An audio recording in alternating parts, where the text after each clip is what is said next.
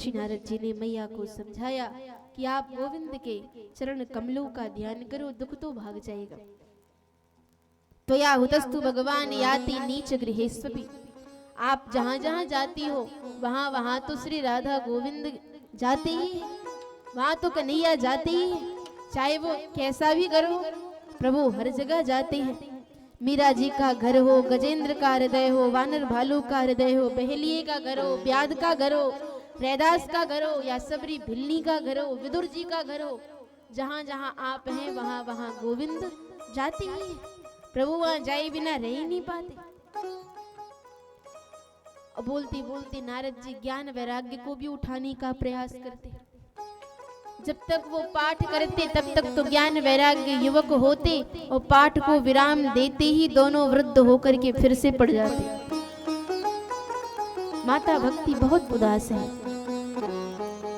नारद जी के औषधालय में जितनी चूर्ण चटनी थी उन्होंने सब चटा दिया, पर अभी ज्ञान वैराग्य युवक नहीं हुए।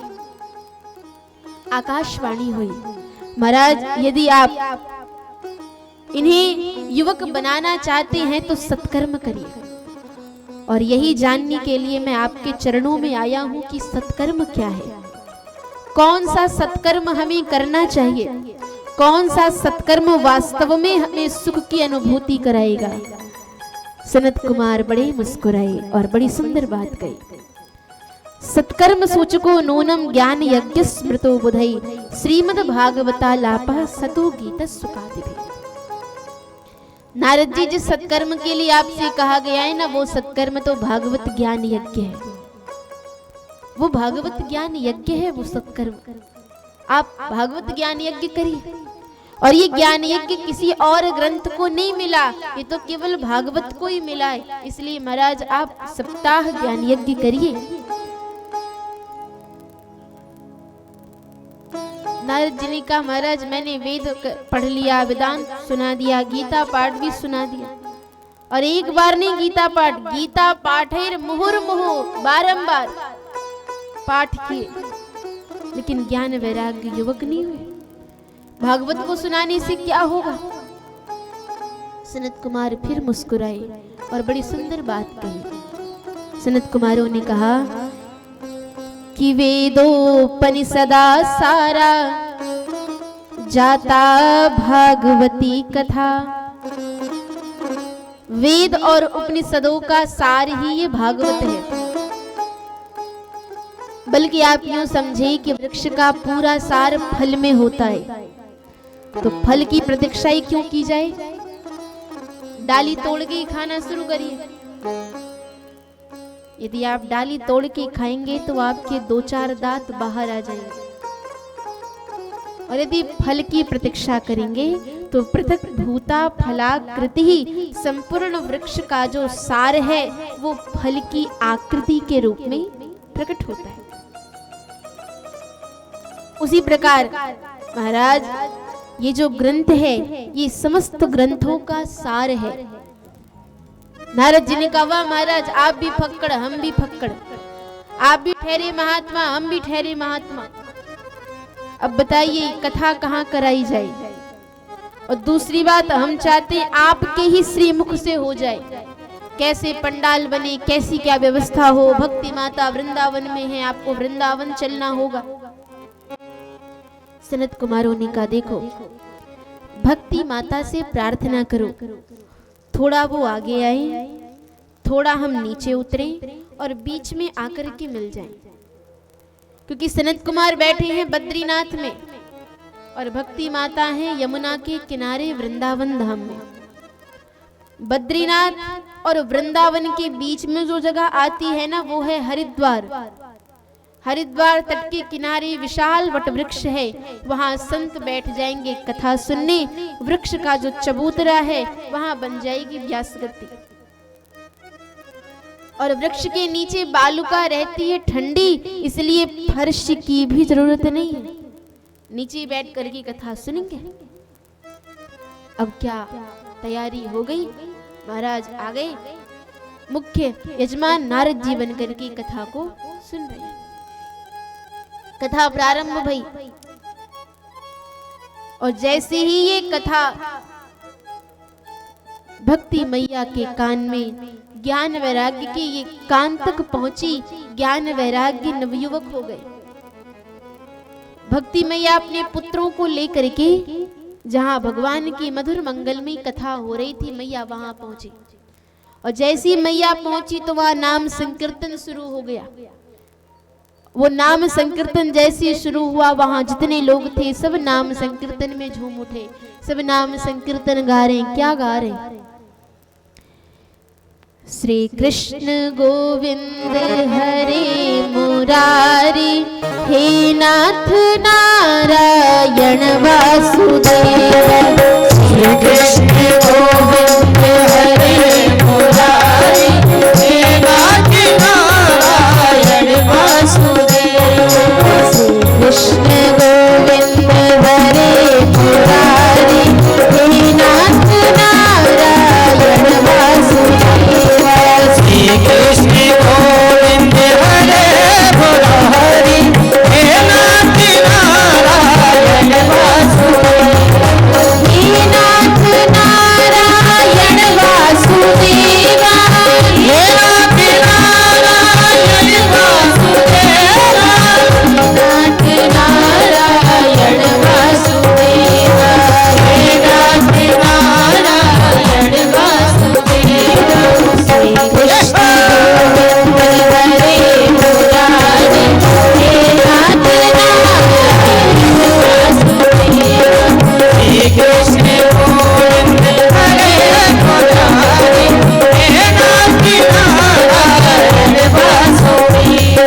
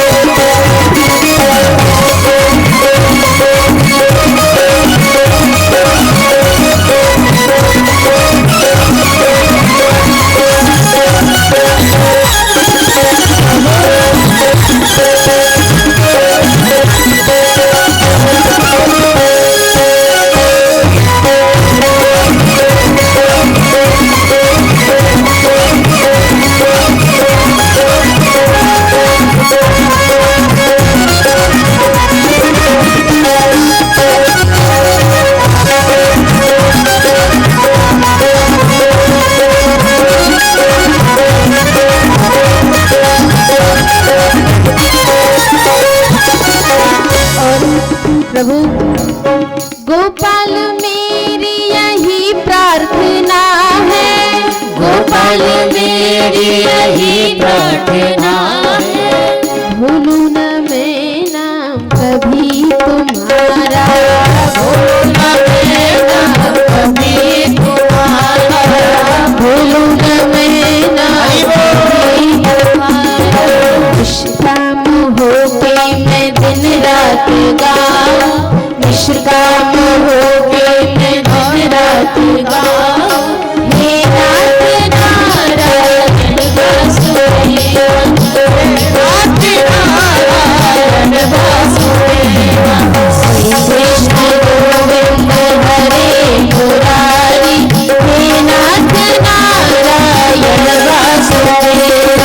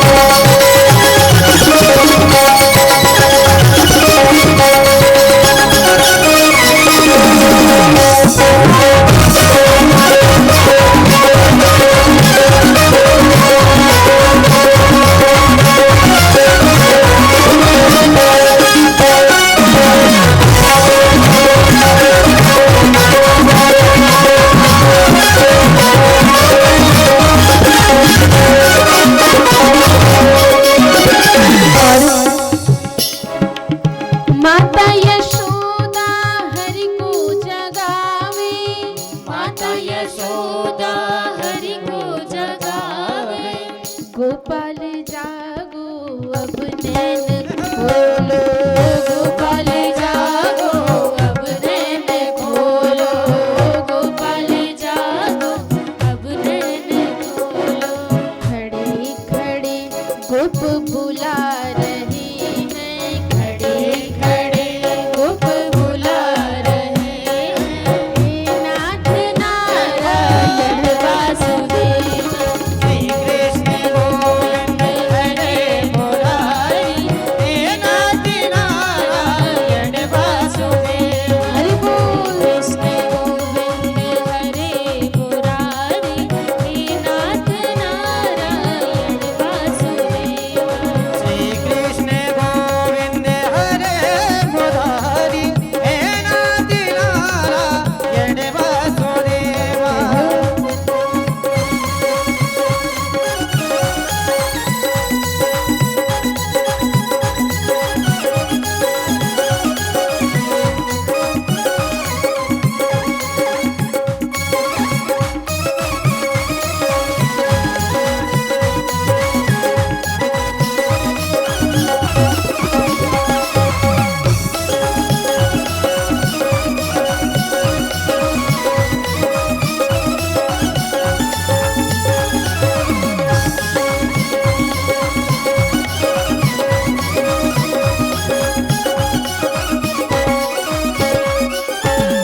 प्रभु अंतिम समय में क्या कहा?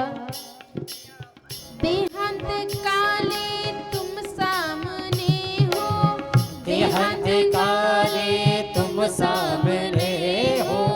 बंसी बजाते मन को लुभाते, बंसी बजाते मन को लुभाते। बंसी बजाते मन को लुभाते, बंसी बजाते मन को लुभाते। यही गीत गा के मैं तन नाथ त्यागूं, यही गीत गा के मैं तन नाथ त्यागूं। हे नाथ नारायण वासुदेव, श्री कृष्ण गोविंद हरे मुरारी, हे नाथ नारायण वासुदेव। श्री कृष्ण गोविंद हरे मुरारी, हे नाथ नारायण वासुदेव। श्री कृष्ण गोविंद हरे मुरारी, हे नाथ नारायण वासुदेव। हे नाथ नारायण वासुदेव, हे नाथ नारायण वासुदेव, हे नाथ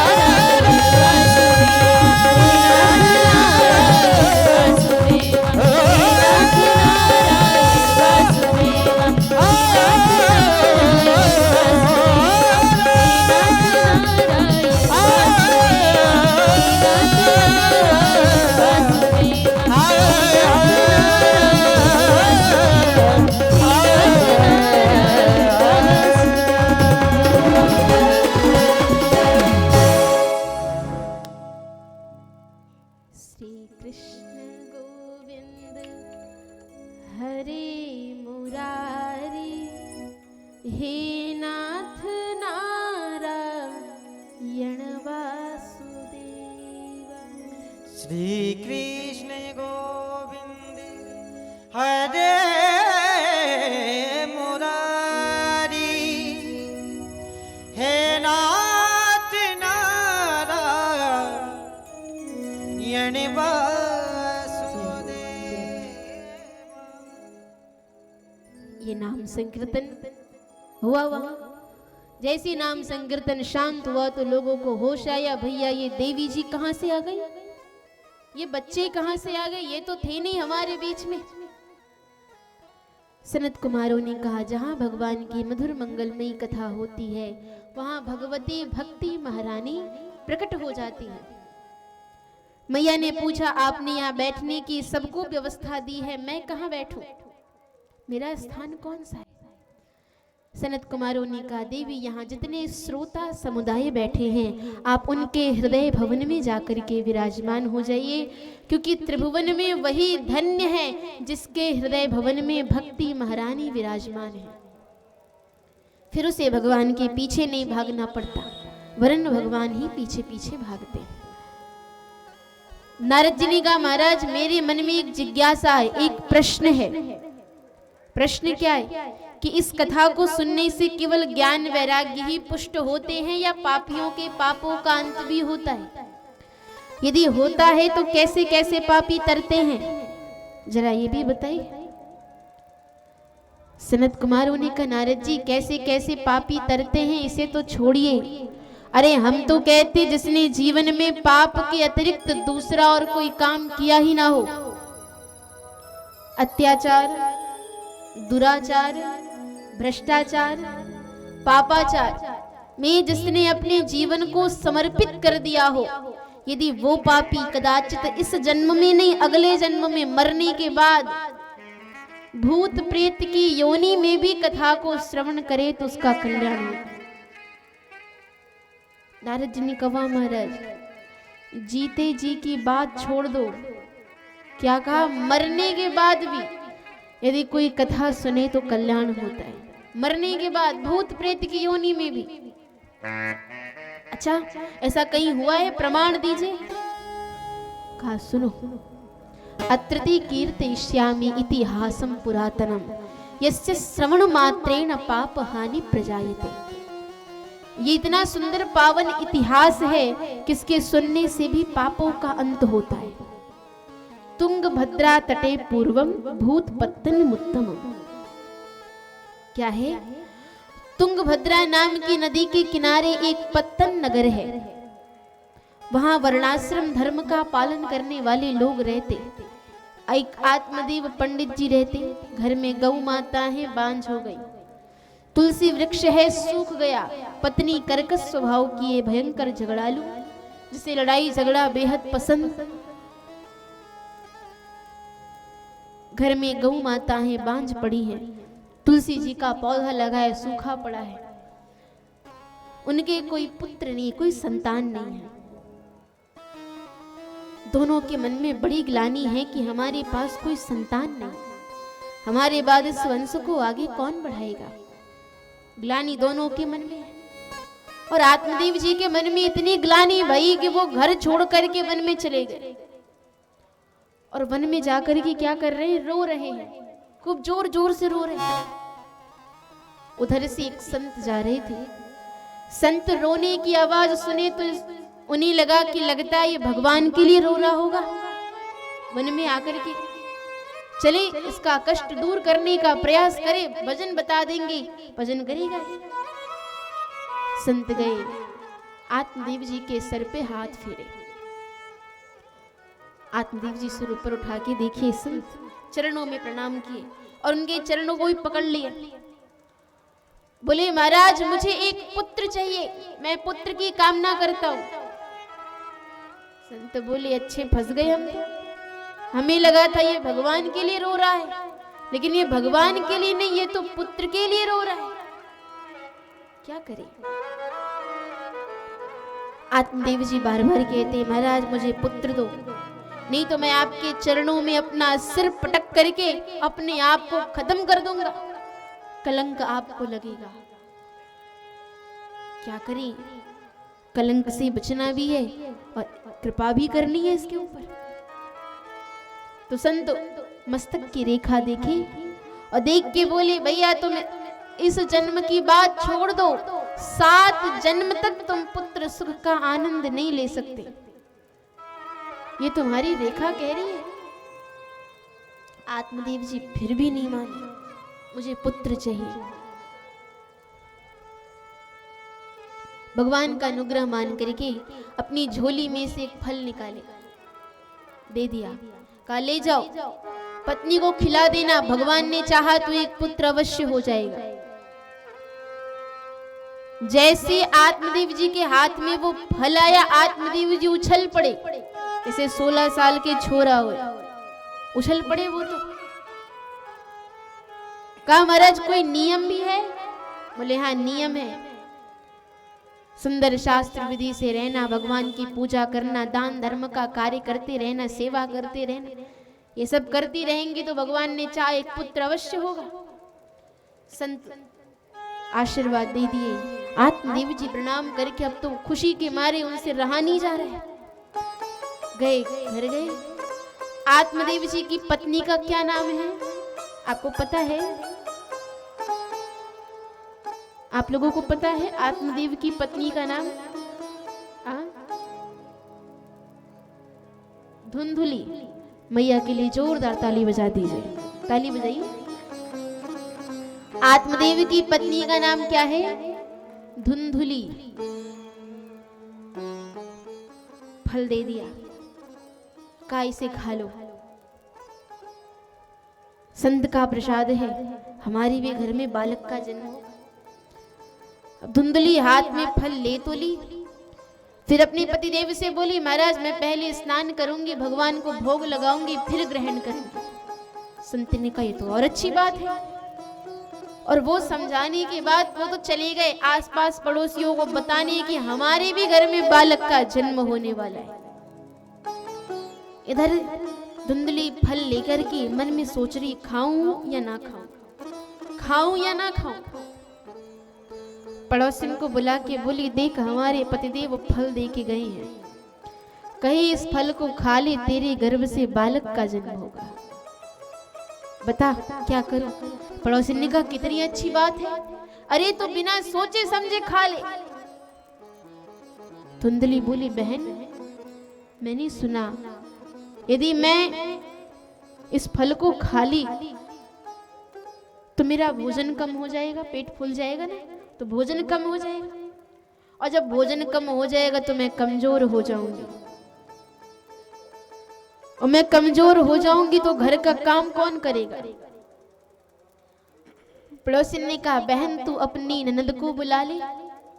उसने कहा तू न जाने हमारी ननद को, हमारी जो ननद है ना वो नंबर 1 की चुट्टी है, चुट्टी। आएगी सारा माल उठा करके ले जाएगी, हम यहाँ बैठे बैठे देखते रहेंगे, कुछ कर नहीं पाएंगे। पड़ोसिनी का बहन ये तू क्या सोच रही है, संत का प्रसाद है, अरे तू खा ली। अच्छा बहन तू कह रही तो ठीक, लेकिन यदि घर में आग लग गई, भूकंप आ गया तो सब तो बाहर निकल जाएंगे और मैं पीछे रह जाऊंगी, मैं निकल ही नहीं पाऊंगी, भाग ही नहीं पाऊंगी, मैं कैसे जाऊंगी। कितने कुतर्क आ रहे हैं मन में। अरे माँ का दूसरा जन्म होता है जब बालक का जन्म होता है, मुझसे नहीं होगा ये सब। अंत में पड़ोसिन ने कहा बहन देख जो तुझे अच्छा लगे तू वो कर, और समझा करके वो वहां से चली गई। अगले दिन उसकी बहन उससे मिलने आई, पूरी कहानी बहन को सुनाई। बहन उसके दिमाग में और जहर घोल दी। बहन चाहती थी कि मेरे पास कई बच्चे हैं पर धन नहीं है, इनके पास धन है पर बच्चे नहीं हैं। तो बहन ने कहा देख मेरे गर्भ में एक बालक है, पैदा होती तुझे दे दूंगी और तू हमारे पतिदेव को कुछ धन दे देना, वो तुम्हें अपना बच्चा दे देगी। बात हो गई। इस फल का क्या करें? बोले देख तेरे घर में कब से गौ माता बंधी पड़ी, इन्हें खिला दे। और दोनों ने मिलकर के फल गौ माता को खिला दिया। बहन के पुत्र को लेकर के नाम रखा धुंधकारी, और संत का प्रसाद जो गौ माता को खिलाया था उससे जो पुत्र हुआ उसका नाम हुआ गोकर्ण।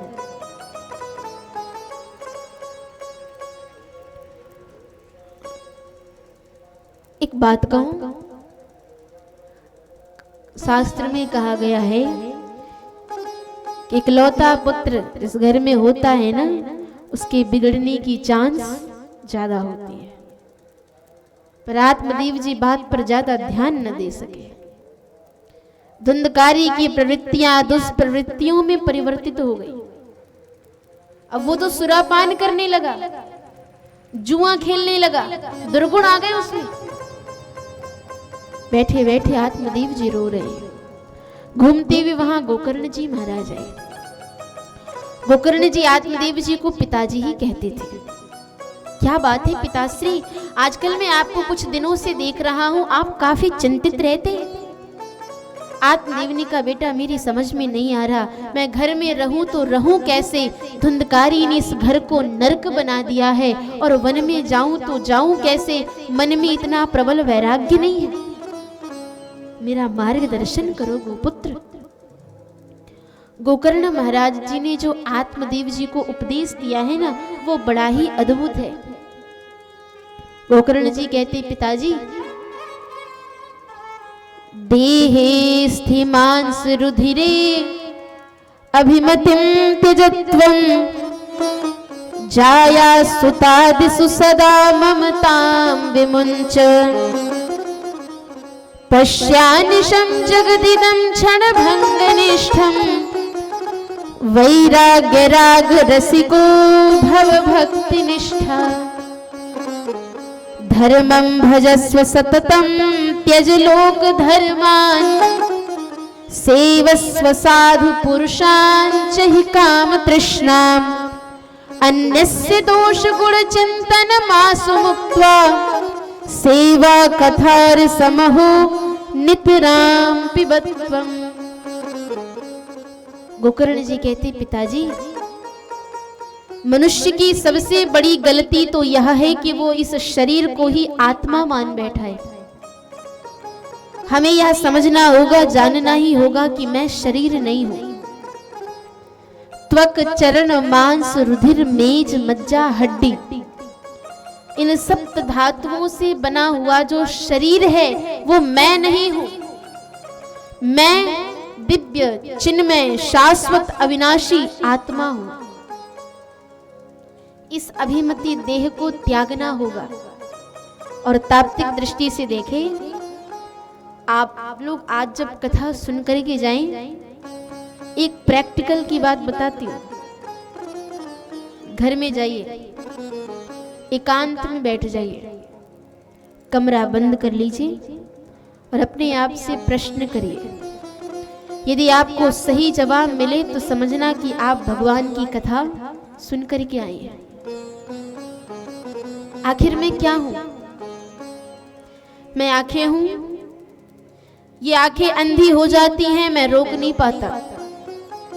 फिर नासिका हूं, यदि नासिका हूं तो कभी कभी ये नाक भी काम करना बंद कर देती है, कान भी सुनना बंद कर देते, लोग मशीन लगाए फिरते हैं। तो ये तो कन्फर्म हो गया कि ना मैं नाक हूं, ना कान हूं, ना आंख हूं। फिर मैं क्या हूं? ओहो, मैं शरीर हूं। यदि शरीर हूं तो शरीर को मरने तो नहीं देना चाहिए। कितना ही बादाम रोगन की मालिश करवा लो, कितना ही शीलाजी, च्यवनप्राश, स्वर्ण भस्मी और न जाने क्या क्या खाओ, महाराज शरीर तो फिर भी मर जाता है। अच्छा, कभी कभी अपने आप से ये प्रश्न पूछना कि जन्म से पहले मैं कहां था और मरने के बाद कहां चला जाता हूं। जन्म से पहले कोई चक्कर नहीं, मरने के बाद कोई चक्कर नहीं।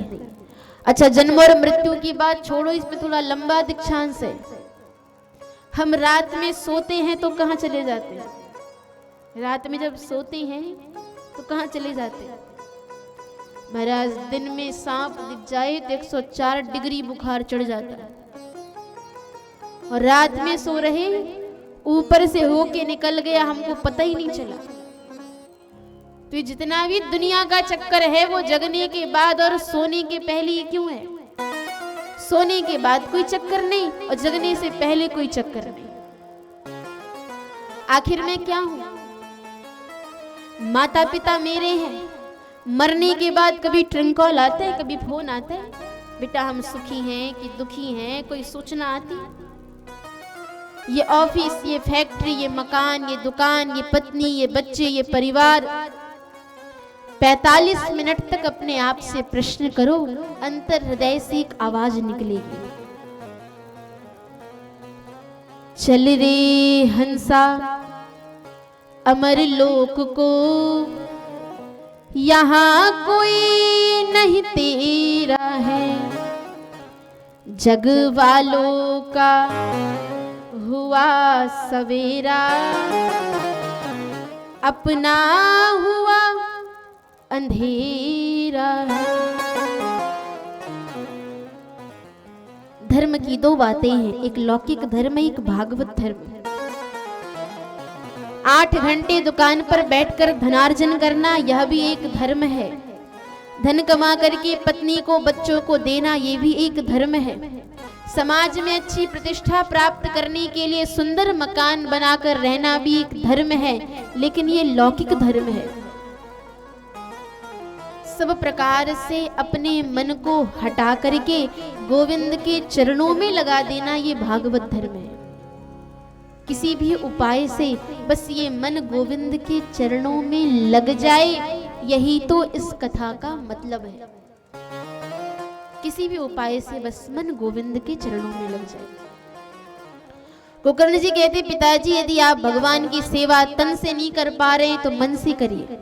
मन से आप उनकी सेवा करेंगे, उनके सेवा का जो परिणाम है वो स्वयं ही भगवान आपके चित्त को अपनी ओर खींच लेंगे।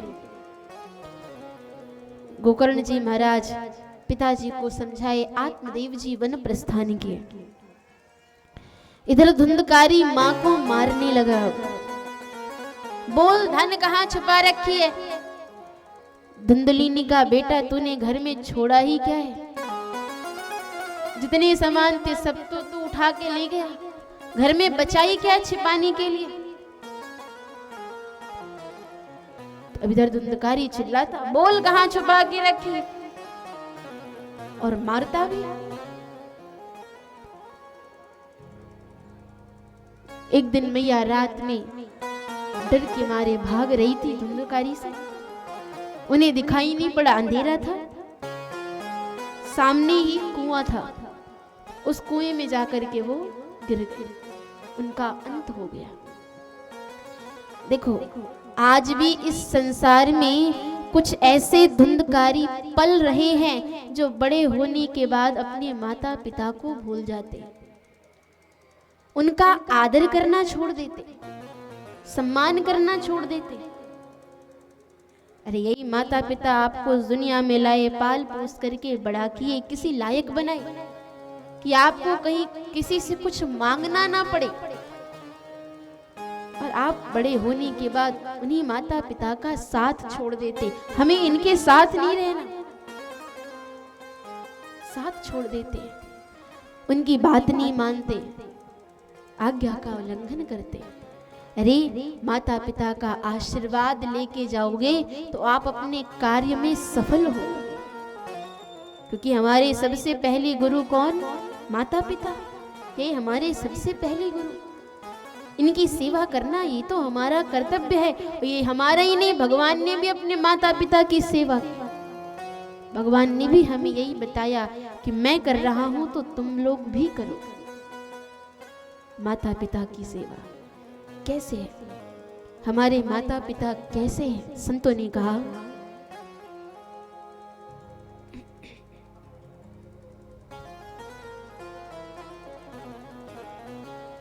हमारे माता पिता कैसे हैं? वो रख दे सर पे हाथ तो आशीर्वाद बन जाता है। माता पिता के लिए कहा गया है कि वो रख दे सर पे हाथ तो आशीर्वाद बन जाता है। माता पिता ऐसे हैं, वो अपना हाथ रख दे, आपका कार्य, आप जिस भी कार्य में जा रहे हो, आपका वो कार्य सफल होगा। कहा कि वो रख दे सर पे हाथ तो आशीर्वाद बन जाता है। और संतों का जो माता पिता का प्रसाद होता है ना, वो जूठन, वो भी प्रसाद बनता है। कैसे बनता है, किस भाव से, हम सभी साथ में मिलके बोलेंगे।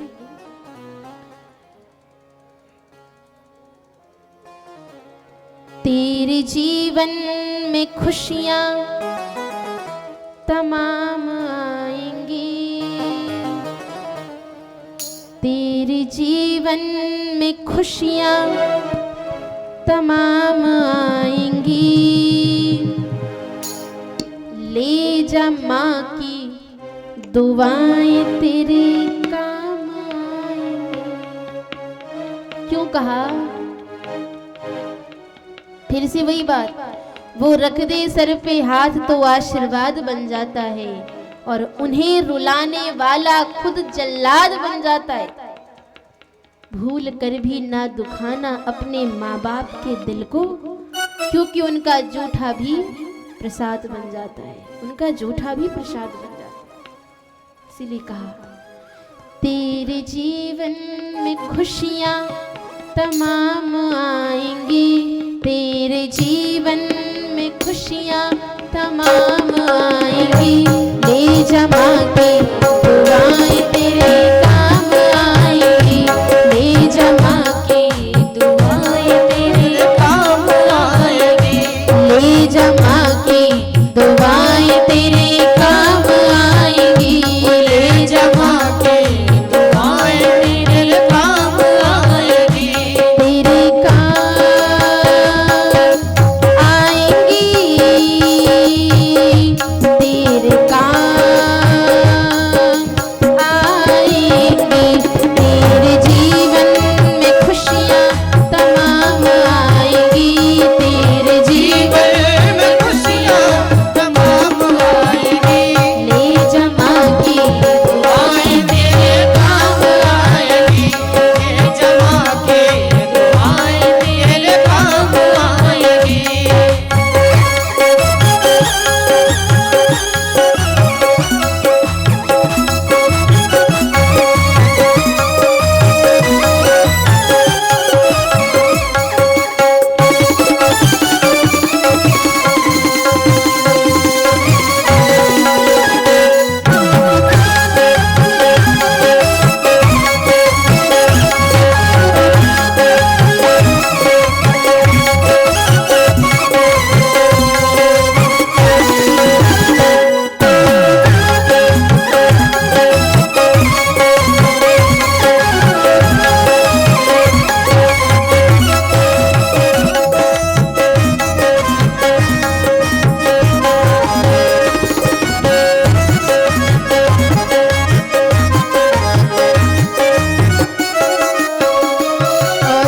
हमारी मैया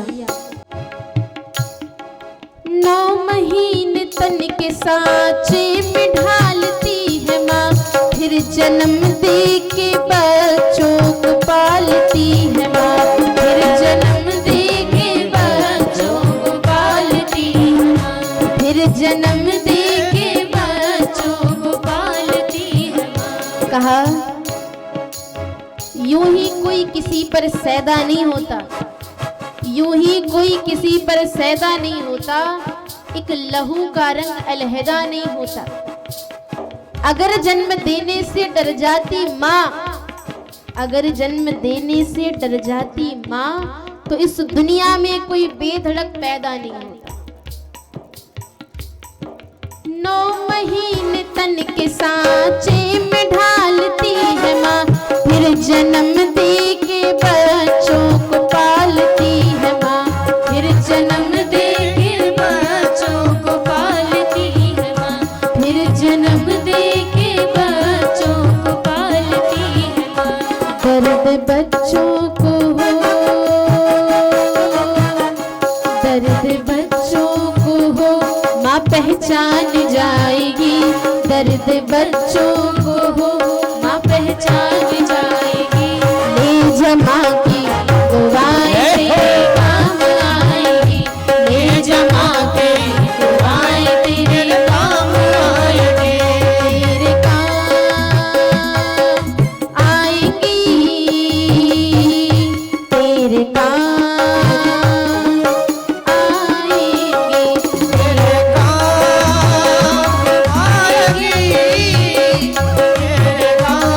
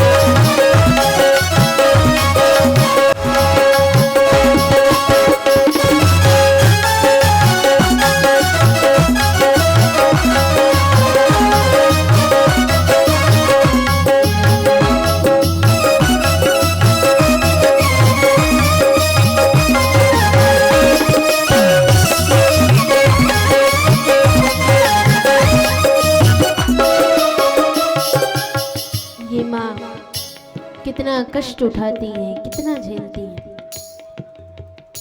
बोझ बरसों तलक जो उठाती है माँ, जाग कर कितनी रातें बिताती है माँ, जाग कर कितनी रातें बिताती है माँ, जाग कर कितनी रातें बिताती है माँ। तेरे जीवन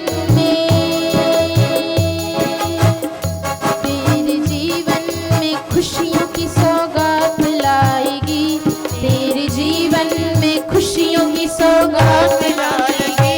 ले जा माँ की दुआएं तेरे काम आएगी, ले जा माँ की दुआएं तेरे काम आएगी, तेरे काम आएगी, तेरे काम आएगी, तेरे काम आएगी, तेरे काम आएगी।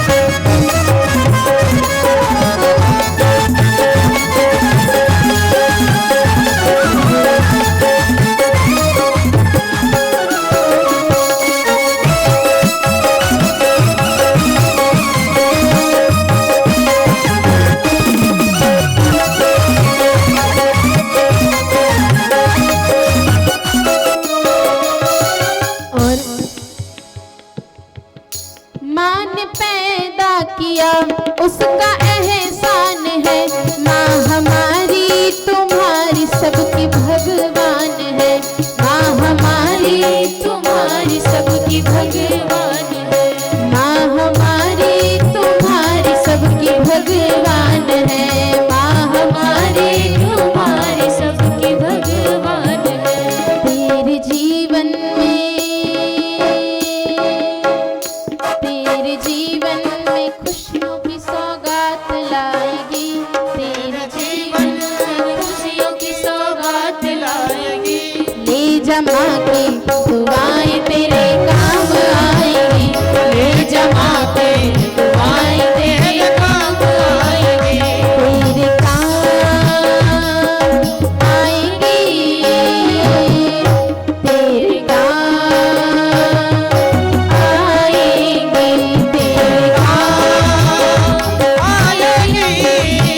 तेरे तेरे जीवन में खुशियाँ तमाम आएगी, तेरे जीवन में खुशियाँ तमाम आएगी। ले जा माँ की दुआएं तेरे काम आएगी, ले जा माँ की दुआएं तेरे काम आएगी, ले जा माँ की दुआएं तेरे काम आएगी, ले जा माँ की दुआएं तेरे काम आएगी, ले जा माँ की दुआएं तेरे काम आएगी, ले जा माँ की दुआएं तेरे काम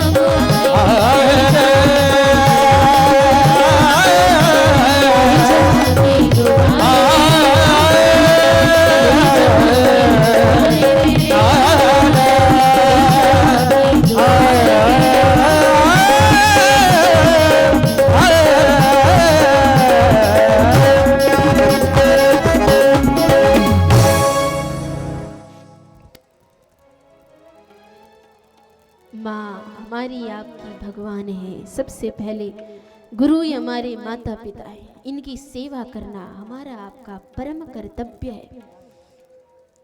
इधर धुंधकारी माँ को मारने लगा, माँ कुआं में गिर गई, गोकर्ण जी तीर्थ यात्रा पे चले गए। धुंधकारी 5 वेश्याओं को लाके घर में रख लिया। 5 वेश्याओं ने स्वर्ण की सोने की इच्छा प्रकट की, गया कहीं से चुरा करके लेके चला आया, ला करके दे दिया। वो वेश्याएं मन में सोचने लगी, इतना चोरी करता एक न एक दिन पकड़ा जाएगा, राजा इसे दंड देंगे, तो क्यों ना हम ही इसे दंड दे दे, इसका सारा माल लेकर के भाग जाए। रात्रि में सोया तो पलंग से कस करके बांधा, मरा नहीं तो मुंह खोल करके एक एक करके अंगारा डालने लगे और धीरे धीरे धुंधकारी का अंत हो गया। पांचों वेश्याएं जमीन में गाड़ करके धन संपत्ति लेकर के चली गई। इधर गोकर्ण जी को पता चला। गोकर्ण जी गया जी गए, माता पिता और भाई तीनों का श्राद्ध तर्पण किए, लौट करके घर आए। रात्रि बहुत हो चुकी थी, थोड़ा सा स्थान साफ करके सोने जा रहे थे, इतने में उन्हें वहां एक भेड़ का बच्चा दिखाई पड़ा। उस भेड़ के बच्चे को वो ध्यान से देख ही रहे थे कि वो भैंसा बन गया, हाथी बन गया और फिर मानव बन करके जोर जोर से रोने लगा। गोकर्ण जी ने सावधान होकर के पूछा तो कुछ बोलता नहीं, इशारे में बात करता।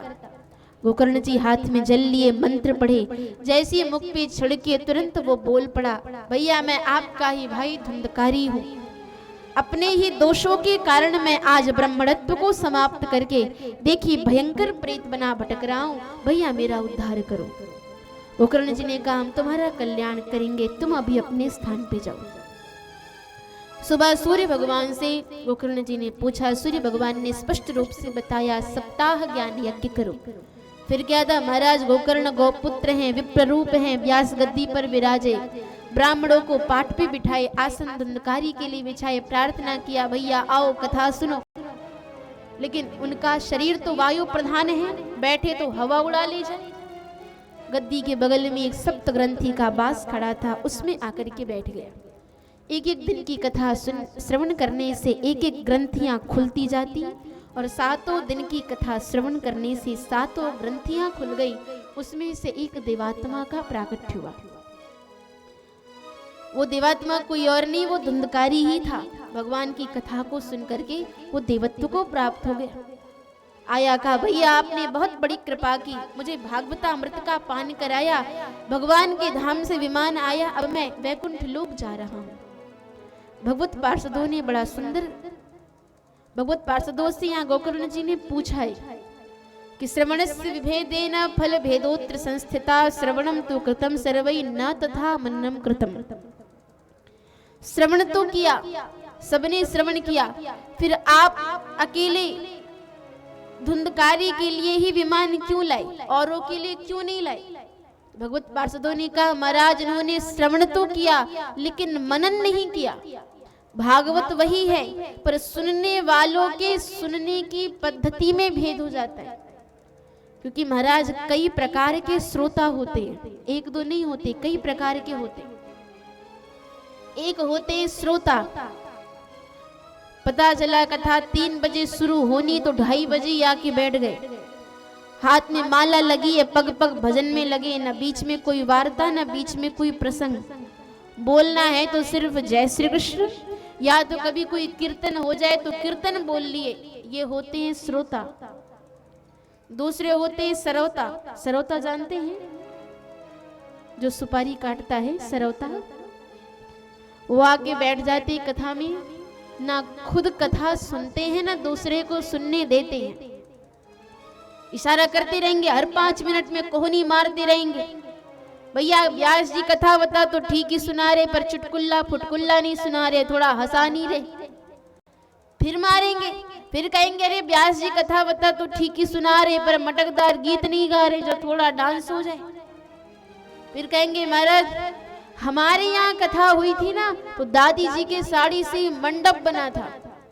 अब बताओ 3-4 घंटे की कथा में कहीं व्यास में गलती, कहीं मंडप में गलती, कहीं कथा में ये त्रुटि, कहीं वो त्रुटि।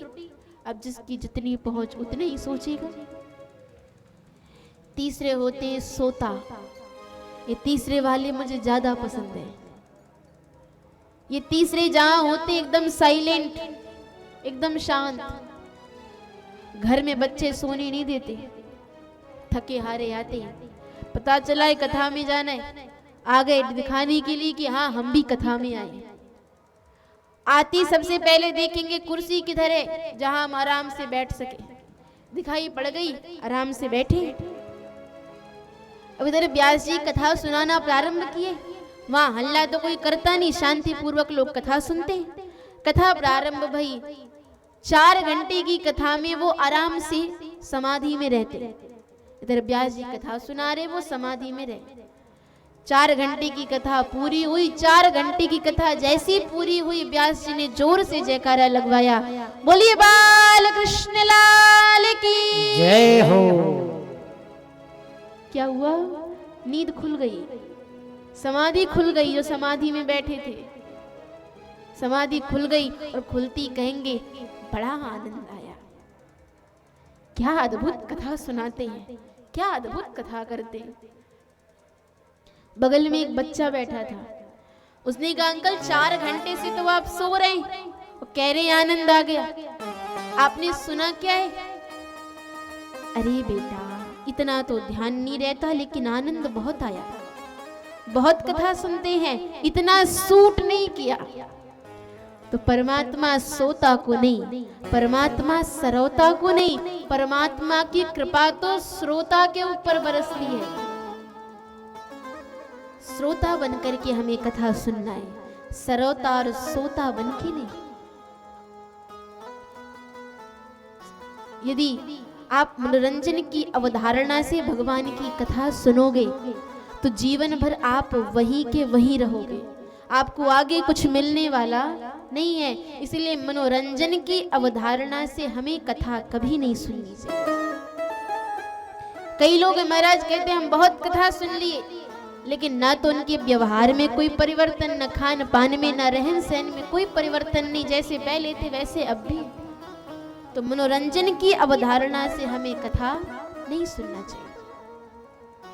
एक स्वर्णकार थे, स्वर्णकार ने 2 प्रतिमाएं बनाई, मूर्तियां बनाई।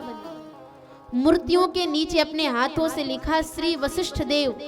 राम जी की मूर्ति, सदगुरु भगवान की मूर्ति बनाई, बना के सामने रख दी। दाम क्या? एक 5000 की है और एक 500 की है। लोगों ने कहा भैया 500 वाली पीतल की है क्या? नहीं साहब,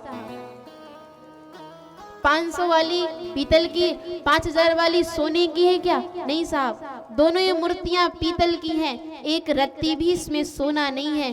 दोनों ही मूर्तियां 40-40 केजी की हैं। समाधि में वशिष्ठ जी बैठे हैं, पर ये तो आपको बताना है कौन सी 500 की और कौन सी 1000 की है। लोग तौल करके देख रहे हैं, नाक, कान, आंख, मुंह सब एक जैसा, कोई अंतर नहीं, लेकिन बताना है कौन सी 500 की और कौन सी 1000 रुपए की है। उधर से एक संत निकले। वो संत जानते थे कि स्वर्णकार बड़ा ही सत्संगी है। जो सत्संगी होते हैं उनके विचार, उनके रहन सहन, उनके जरा सी मुस्कुराहट में कोई ना कोई कारण छिपा हुआ होता है। संत आए, बोले क्या मैं परीक्षण कर सकता हूँ? हाँ हाँ क्यों नहीं महाराज। संत ने हाथ में सुतली ली, सुतली को गीला किया, थोड़ा लंबा बनाया, एक मूर्ति के कान में डाला तो वो सुतली इस कान से पार निकल गई। बोले ये 500 की है। जी महाराज जी। दूसरी मूर्ति के कान में डाला तो वो मुड़ करके सीधे पेट में चली गई। बोले ये 1000 रुपए की है। यानी कथा को इधर से सुन करके इधर से निकाल देना, ये होते सोता और सरौता। और कथा को सुन करके जीवन में धारण करना, ये होते हैं सच्चे श्रोता। जीवन में उतर जाए कथा। भगवत पार्षदों ने कहा जितने प्रेम से, जितने स्नेह से इन्होंने सुना, उतनी भावना से, उतने प्रेम से, उतने स्नेह से इन्होंने नहीं सुना। इसलिए भगवान के धाम से विमान केवल धुंधकारी के लिए ही आया है और ये वैकुंठ लोक जा रहे हैं। चले गए। अब वहां जितने लोग बैठे थे सबका मुख उदास हो गया। गोकर्ण जी ने कहा उदास क्यों होते हो? अगली बार फिर हम कथा का आयोजन करेंगे। और अगली बार आषाढ़ मास में फिर कथा का आयोजन हुआ। इस बार सभी भक्त सचेत हैं कि हमसे कोई प्रसंग छूट न जाए, हमसे कोई त्रुटि ना हो जाए। और इस बार तो साक्षात श्री हरि ही गोकर्ण जी को लेने आए। गोकर्ण जी के माध्यम से भगवान ने सबके ऊपर अपनी कृपा बरसाई, सबका कल्याण किया। तो आप कथा में आकर के बैठो, भगवान की कथा को सुनो, मन में आपकी ये भाव आए, प्रभु आप हमारा भी कल्याण करो, हमारे ऊपर भी अपनी कृपा बरसाओ। कैसे कृपा बरसाओ? अच्युतम केशवम कृष्ण दामोदरम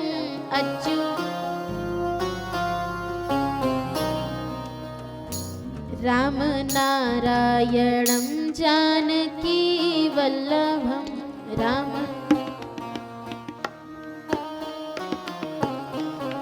अच्युतं केशवं कृष्ण दामोदरं अच्युतं केशवं कृष्ण दामोदरं राम नारायणं जानकी वल्लभं राम नारायणं जानकी वल्लभं राम नारायणं जानकी वल्लभं राम नारायणं जानकी वल्लभं।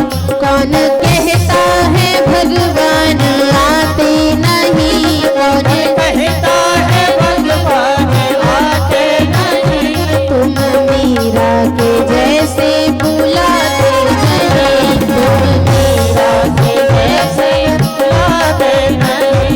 अच्युतं केशवं कृष्ण दामोदरं अच्युतं केशवं कृष्ण दामोदरं राम नारायणं जानकी वल्लभं राम नारायणं जानकी वल्लभं।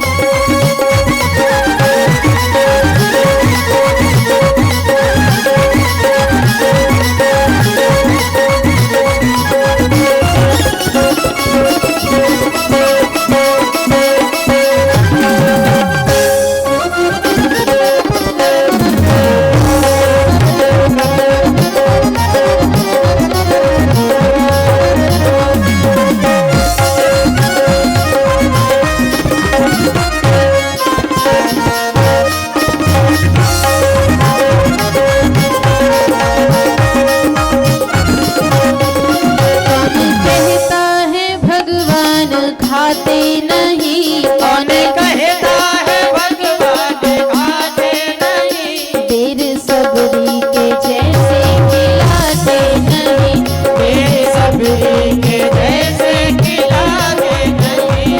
अच्युतं केशवं कृष्ण दामोदरं अच्युतं केशवं कृष्ण दामोदरं राम नारायणं जानकी वल्लभं राम नारायणं जानकी वल्लभं। कौन कहता है भगवान सोते नहीं, कौन कहता है भगवान सोते नहीं, कौन कहता है भगवान सोते नहीं, कौन कहता है भगवान सोते नहीं। माँ यशोदा के जैसे सुलाते नहीं, माँ यशोदा के जैसे सुलाते नहीं। अच्युतं केशवं कृष्ण दामोदरं अच्युतं केशवं कृष्ण दामोदरं राम नारायणं जानकी वल्लभं नारायणं जानकी वल्लभं। और अंतिम लाइन में क्या कहा? आपका भाव जैसा है भगवान आपके सामने वैसे ही आएंगे और आप उस भाव से भगवान को स्वीकारिए। कौन कहता है भगवान नाचते नहीं, कौन कहता है भगवान नाचते नहीं, कौन कहता है भगवान नाचते नहीं, कौन कहता है भगवान नाचते नहीं। गोपियों की तरह तुम नचाते नहीं, गोपियों की तरह तुम नचाते नहीं। अच्युतं केशवं कृष्ण दामोदरं अच्युतं केशवं कृष्ण दामोदरं राम नारायणं जानकी वल्लभं राम नारायणं जानकी वल्लभं। जानकी वल्लभं।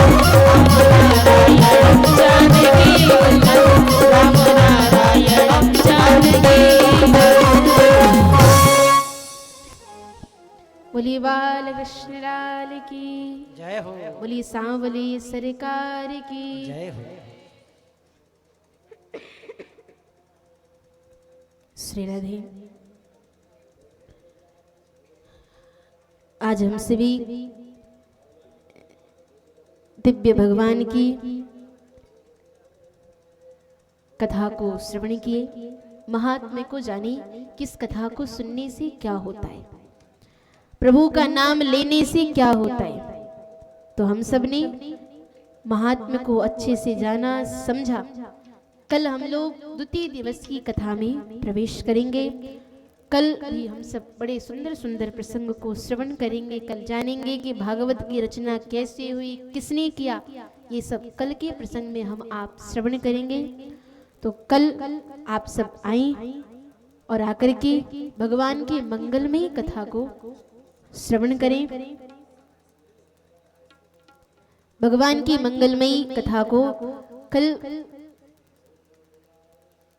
1 बजे से ठीक 1 बजे आकर के आप सब बैठ जाए और भगवान की मधुर मंगलमयी कथा को आप आकर के श्रवण करें, अपना कल्याण करें।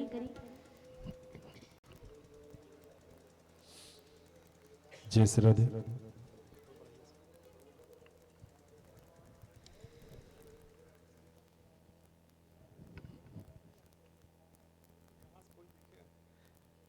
लोग कह रहे हैं कहाँ जा रहे हैं। देखिए, हम ऐसी जगह स्थान लिए हैं कि वहां से हमें कोई देख ही नहीं पाएगा। एक निवेदन कर लें आपसे, आप लोगों ने आज महात्म्य की कथा सुनी है ना? थोड़ा बोल दीजिए। हाँ, किशोरी जी 2-2.5 घंटे से प्रैक्टिस ही कराई है। हाँ, यही बोलने के लिए। अच्छा, ये मान के चलिए कि आपको 7 दिन बोलना है। 1 दिन तो बीत गया, 6 दिन और उसके बाद भी बोलना है। अच्छा, इसके पहले भी आप लोगों ने भागवत कथा तो सुनी है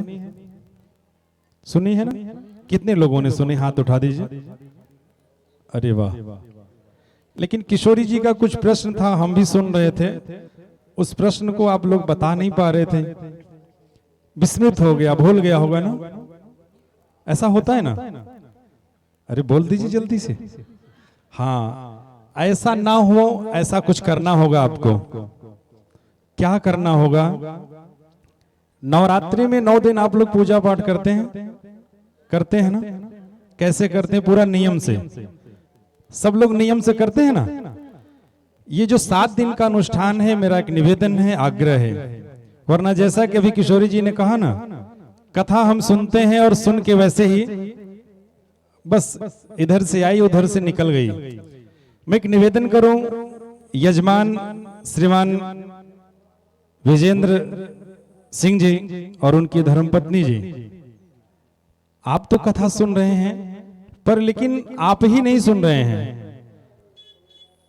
इस धराधाम पे छोटी इसीपुर में जितने लोग हैं, जहां तक ये आवाज जा रही, जो यहाँ बैठे हैं, सब सुन रहे हैं। तो क्यों ना हम एक उत्सव के रूप में इस कथा को सुने। देखिए, मैं एक निवेदन जो करना चाहता हूं, मेरे कहने का आश्रय यह है कि जब तक आप एक माहौल नहीं बनाएंगे, देखिए हमारे बीच में काफी दूर दूर से अतिथि वृंद पधारे हैं। हम यजमान परिवार की तरफ से आप सभी का हार्दिक स्वागत करेंगे, अभिनंदन करेंगे, वंदन करेंगे। और ये माता, हमारी जो माताएं, शक्ति स्वरूपा बहनें, आप सब बैठे हैं, अपना कीमती समय दे रहे हैं। तो मेरा एक ही निवेदन है कि आप कथा को अब तक जैसे सुने हैं, थोड़ा सा बदल लीजिए। इस बार की कथा में करना क्या है, जैसे 9 दिन की नवरात्रि में आप सुबह उठते हैं, रात्रि के सोने तक में पूरी तैयारी करते हैं ना, वैसे ही। अच्छा, एक हमारी बड़ी प्राचीन प्रथा है, आपके शायद दिमाग से बात निकल गई हो, या हमारी जो दादी माताएं हैं, जो बुजुर्ग हैं, उनको पता होगा कि पूजा पद्धति को हम जब भी ग्रहण करते हैं, चाहे नवरात्रि का हो या सत्यनारायण भगवान की कथा का हो, तो हमारे यहाँ एक विधान क्या है, वैदिक पद्धति की एक व्यवस्था है। क्या? प्रसाद का, जिसे हम नैवेद्य कहते हैं संस्कृत में। इसकी जो प्रथा है, इसकी जो व्यवस्था है, इसलिए नहीं है कि हम कहीं प्रसाद ले जाएं या प्रसाद चढ़ाएं तब वहां प्रसाद होगा। हमें अपने सुख के लिए, अपने शांति के लिए, अपने धर्म के लिए ऐसा करना चाहिए। तो मेरा निवेदन यह है कि जैसे 9 दिन नवरात्रि करते हैं वैसे 7 दिन आप लोगों को यह सप्ताह करना है। यदि मेरी बात आपको समझ में आए तो एक निवेदन कर दूं कि सुबह उठते ही आपके आसपास में छोटा मंदिर तो होगा, वहां जाके एक अगरबत्ती जरूर जला दीजिए, धूप बत्ती और दीपक जला दीजिए, और जब संध्या वेला में आइए तो यहाँ तो आरती कराई जाएगी। लेकिन एक निवेदन मैं और कर दूं, अच्छा इससे पहले कथा में आप लोगों से आरती कराया गया कि नहीं? लेकिन हमने पद्धति थोड़ी सी अलग देखी। आरती की थाली दी गई, हमारे पंकज सिंह के कुछ रिश्तेदार लोग थे, मामा जी और शायद बहनोई जी, आप लोगों ने बार बार प्रयास किया कि जो माताओं को आरती दी जा रही बारी बारी से आप आरती करिए। लेकिन हम समझते हैं सब तो गांव के ही हैं, थोड़े से कंफ्यूज थे, कोई बात नहीं। यही तो बताना और सिखाना किशोरी जी के द्वारा एक मुहिम चलाई जाती है, धर्म संस्कार संरक्षण। धर्म संस्कार संरक्षण यात्रा के तहत ही हम आपके बीच में हैं। यजमान के रूप में कथा सुन रहे हैं श्रीमान विजेंद्र बहादुर सिंह जी और उनकी धर्मपत्नी सरस्वती माता जी। लेकिन आप सबको भी इसका लाभ मिले, हमारी कोशिश यह है। धर्म किसी एक के संभालने से नहीं संभलेगा, ना तो संस्कार कोई एक संभालेगा तो संभलेगा। आज का जो युग है, यदि आप में वो धर्म नहीं होगा, संस्कार नहीं होगा, तो बच्चों को नहीं दे पाएंगे। वरना आप तो जानते हैं आज के बच्चे क्या मोबाइल मैन पैदा हो रहे हैं ना। इसलिए पहले तो हमें अवधारणा बनानी होगी। आज के महात्म में बहुत कुछ मिल गया आपको, लेकिन मैं यही चाहता हूं कि अगर 7 दिन आप यहाँ आप लोग हैं, कथा सुन रहे हैं, तो उसका लाभ आपको मिलना चाहिए। मिलना चाहिए कि नहीं भाई? मजदूर मजदूरी करता है तो कहता है शाम को भैया दीजिए, ये टेंट लगा, ये व्यवस्था लगी, सारी व्यवस्थाएं जो यहाँ चल रही सब मजदूरी पर है। लेकिन ये जो कथा आप सुन रहे हैं बिल्कुल ये फ्री है, इसकी कोई मजदूरी नहीं। और अगर आपकी मजदूरी कुछ है तो आपका कीमती समय, जिसे कैसे बचाकर आपको कथा सुनने आना है और अपने जीवन को सफल बनाना है। बातें बहुत हैं, लेकिन मैं एक निवेदन कर दूं, जिनको कथा से संबंधित किसी बात में कोई संशय हो, कोई बात पूछनी हो, आप बेधड़क पूछ सकते हैं। यदि आपको लगता है कि यह कथा हमें नहीं समझ में आई, यह प्रसंग नहीं समझ में आया, पूछ नहीं सकते, तो चिट्ठी तो लिख सकते हैं। मोबाइल का जमाना छोड़ दीजिएगा, पत्र बना दीजिएगा छोटा सा, उसमें अपना प्रश्न डाल के किशोरी जी तक पहुंचाइएगा।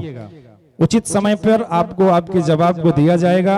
हमारा जो मानना है, हमारा जो प्रयास है, सब में धर्म और संस्कार का विस्तार हो, जो हम अपने हृदय से निकाल कर बाहर कर चुके हैं। कुछ ही लोग हैं, हमारे श्रीमान यजमान जो विजेंद्र बहादुर सिंह हैं, ऐसे कुछ लोग हैं जिनकी वजह से ये कथाएं, ये व्यवस्थाएं आप सब तक पहुंचती हैं। हम ऐसे तमाम मनुष्यों को धन्यवाद करेंगे और आप सभी का आभार प्रकट करेंगे। आप लोगों ने खूब समय दिया है और कल से आशा और उम्मीद रखेंगे कि आप सब समय से पधारेंगे और कथा के महत्व को अब आगे आपको कैसे लेके चलना है, आज के महत्व में आपको बहुत कुछ मिल गया है। हमें इसको बताने की आवश्यकता नहीं, इस पे चर्चा करें तो काफी देर कर सकते हैं। लेकिन मेरा एक निवेदन है, कल समय से पधारें। 1 बजे से कथा 5 बजे तक होनी है।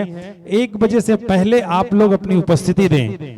व्यास जी के आने से पहले श्रोता होने चाहिए। ऐसा नहीं कि व्यास जी आके बैठ जाएं फिर श्रोता आए। यह एक पद्धति जो है वो पाप की श्रेणी में जाता है कि आप आरती के बीच में आए या फिर कथा के बीच में आगे से आना जाना, ये भी बिल्कुल नहीं। कल कुछ नियम नियमावली को हम लोग व्यवस्थित करेंगे जिससे कथा अच्छे से चले और सुचारू रूप से आप सब कथा सुने। आप सभी को बहुत बहुत बधाई और बहुत बहुत साधुवाद इतनी सुंदर कथा सुनने के लिए। बोले भागवत भगवान की जय हो। जयकारा दोनों हाथों को उठाकर लगाना है, ऐसे हाथ ऊपर करके समर्पण भाव से। बोले भागवत भगवान की, बोले द्वारिकाधीश महाराज की, बोले हनुमान जी महाराज की, बोले बाबा विश्वनाथ की, बोले बेला देवी की। नमः पार्वती पते हरे हरे महादेव। जय हो। आइए आप सब अपने स्थान पे खड़े हो जाएं और यजमान पूरे परिवार के साथ आप लोग मंच पे पधारेंगे, आरती करेंगे। बाकी लोग नीचे से आरती करेंगे। श्री राम, जय श्री राम।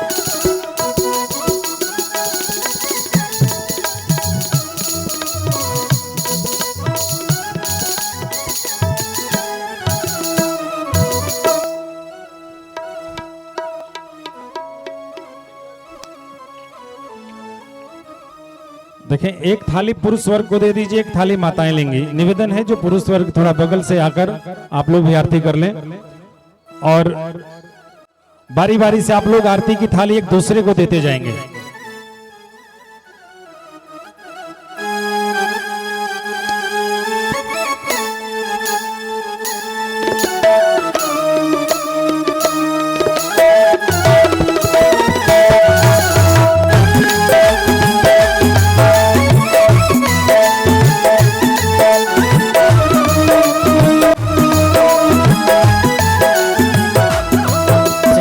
भागवत भगवान की है यारी, पापियों को पाप से है तार। श्री भागवत भगवान की है आरती, पापियों को पाप से है तार। ये अमर ग्रंथि है मुक्ति पंथी, पंचम वेद निराला, नभ ज्योति जगाने वाला। ये अमर ग्रंथि है पंचम वेद निराला, नभ ज्योति जगाने वाला। हरि नाम यही हरि राम यही, हरि राम यही हरि राम यही, जग के मंगल के आरती, पापियों को पाप से है तार। भागवत भगवान की है आरती, पापियों को पाप से है तार। शांति के पावन तूने, पापों को मिटाने वाला, हरि दर्श कराने वाला। ये शांति के पावन तूने, पापों को मिटाने वाला, हरि दर्श कराने वाला। ये सुख करनी ये दुख हरनी, ये सुख करनी ये दुख हरनी, तेरे मधुसूदन के आरती, पापियों को पाप से है तार। भागवत भगवान की है आरती, पापियों को पाप से है तार। हे मधुर बोल जगवंती को, सतमार्ग बताने वाला, गीत बनाने वाला। मधुर बोल जगवंती को, सतमार्ग बताने वाला, गीत बनाने वाला। श्री राम यही घनश्याम यही, श्री राम यही घनश्याम यही, सबके महिमा के आरती, पापियों को पाप से है तार। भागवत भगवान की आरती आरती आरती, पापियों को पाप से है तार। भागवत भगवान की आरती, पापियों को पाप से है तार। सर्वोण गौर में करना पिता, संसार सारा में बुझ गए सदा वसंतम इत्यादि में भवानी सहित नमः। योग माता च पिता तुमेव, तुमेव बंधु च सखा तुमेव, देव देव तुमेव, सर्वं ममेव। हरि रामा हरि रामा राम रामा हरि हरि, हरि कृष्णा हरि कृष्णा कृष्ण कृष्णा हरि हरि, हरि रामा राम रामा हरि हरि, हरि कृष्णा कृष्ण कृष्णा हरि हरि। कृष्णा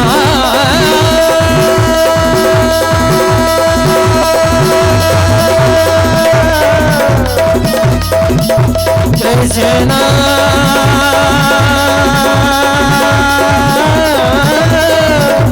हरे हरे।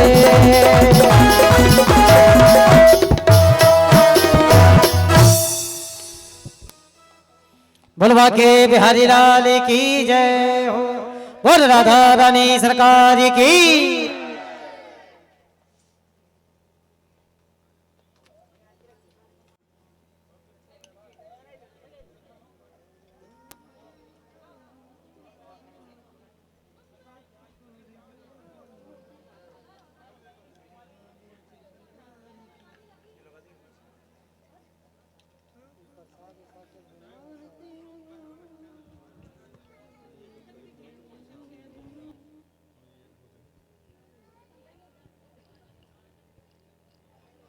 आप सभी से निवेदन है कि आप सब अपने अपने स्थान पर बैठ जाएं, आरती लें और फिर प्रसाद लें। एक साथ में निवेदन है कि आरती लेकर प्रसाद लेंगे और प्रसाद घर तक जरूर ले जाइए।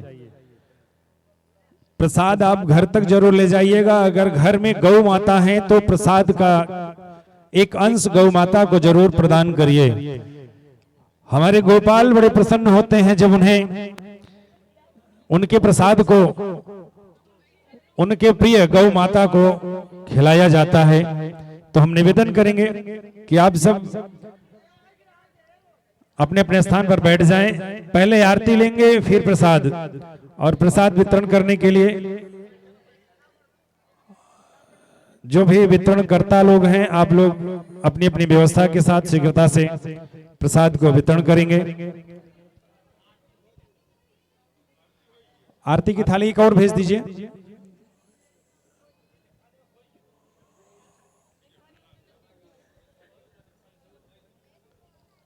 हो गया, गया गया है, हो जाएगा, गया है।